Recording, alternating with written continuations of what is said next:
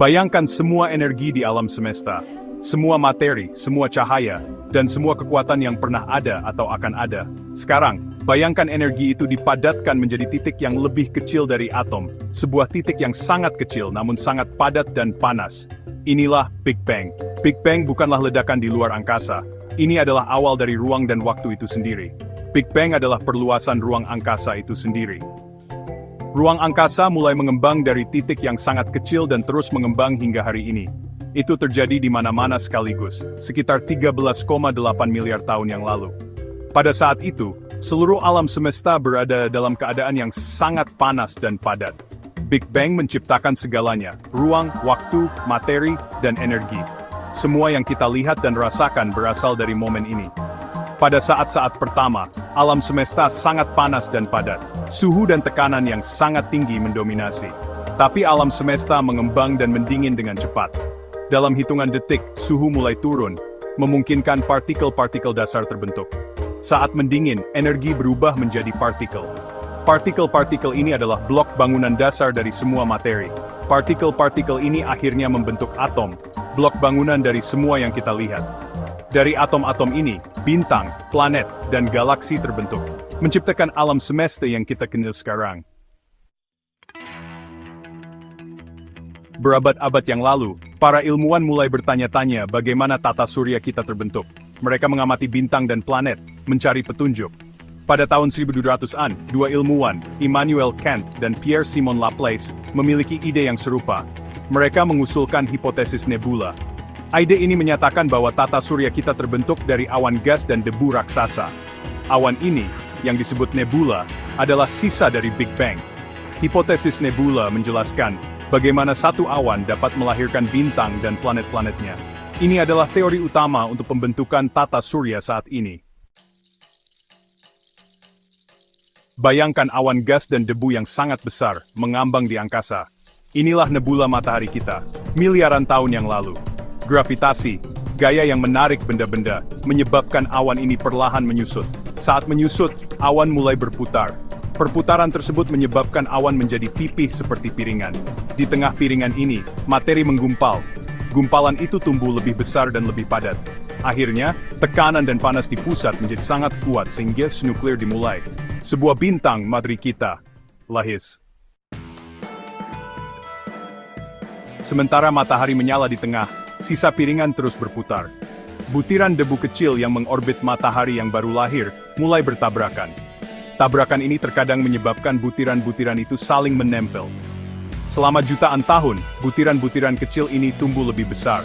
Mereka membentuk kerikil, lalu batu-batu besar, lalu planetesimal, blok bangunan planet. Planetesimal ini, dengan gravitasinya yang semakin besar, menarik semakin banyak materi. Akhirnya, mereka menjadi planet-planet yang kita kenal sekarang. Dekat dengan matahari, planet berbatu seperti bumi terbentuk.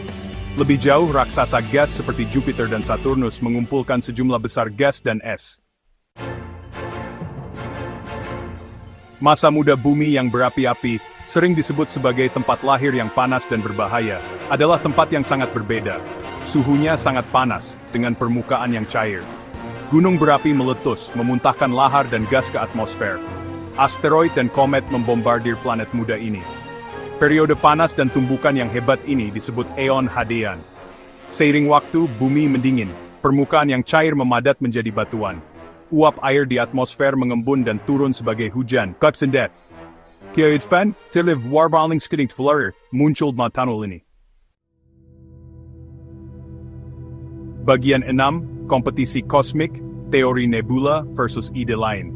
Hipotesis nebula bukanlah satu-satunya penjelasan untuk pembentukan tata surya kita. Ada berbagai teori lain yang telah diusulkan oleh para ilmuwan sepanjang sejarah. Masing-masing teori ini mencoba menjelaskan bagaimana planet-planet dan benda-benda langit lainnya terbentuk dari awan gas dan debu yang ada di ruang angkasa. Di masa lalu, para ilmuwan mempertimbangkan ide-ide lain, seperti hipotesis pertemuan dekat. Hipotesis ini mengusulkan bahwa tata surya kita terbentuk dari interaksi antara matahari dan bintang lain yang lewat sangat dekat. Teori ini menyatakan bahwa sebuah bintang yang lewat dekat dengan matahari merobek materi yang membentuk planet-planet. Materi ini kemudian berkumpul dan membentuk planet-planet yang kita kenal sekarang. Namun, ide ini menghadapi masalah. Salah satu masalah utama adalah bahwa teori ini tidak dapat menjelaskan banyak aspek dari tata surya kita yang diamati. Teori ini tidak dapat menjelaskan orbit planet yang diamati. Orbit-orbit ini terlalu stabil dan teratur untuk dijelaskan oleh pertemuan dekat dengan bintang lain. Hipotesis nebula, di sisi lain, menjelaskan banyak fitur tata surya kita. Hipotesis ini mengusulkan bahwa tata surya terbentuk dari awan gas dan debu yang berputar, yang dikenal sebagai nebula. Hipotesis ini menjelaskan orbit planet, komposisinya, dan keberadaan asteroid dan komet. Selain itu, hipotesis ini juga menjelaskan mengapa planet-planet memiliki komposisi yang berbeda-beda, dengan planet-planet terestrial yang lebih dekat ke matahari, dan planet-planet gas raksasa yang lebih jauh. Hal ini menjadikannya teori yang paling banyak diterima saat ini.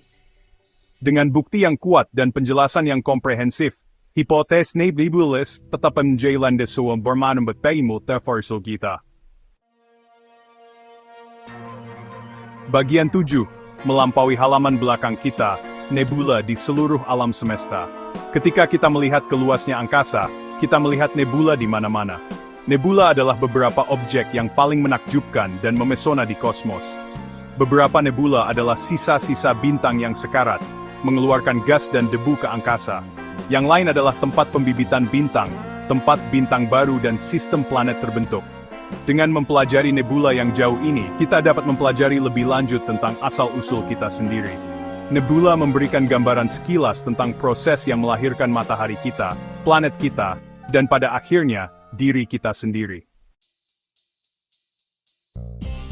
Bagian 8 mengungkap rahasia, wawasan astronomi modern. Saat ini, teleskop canggih dan model komputer yang canggih memungkinkan kita untuk mempelajari alam semesta dengan detail yang belum pernah terjadi sebelumnya.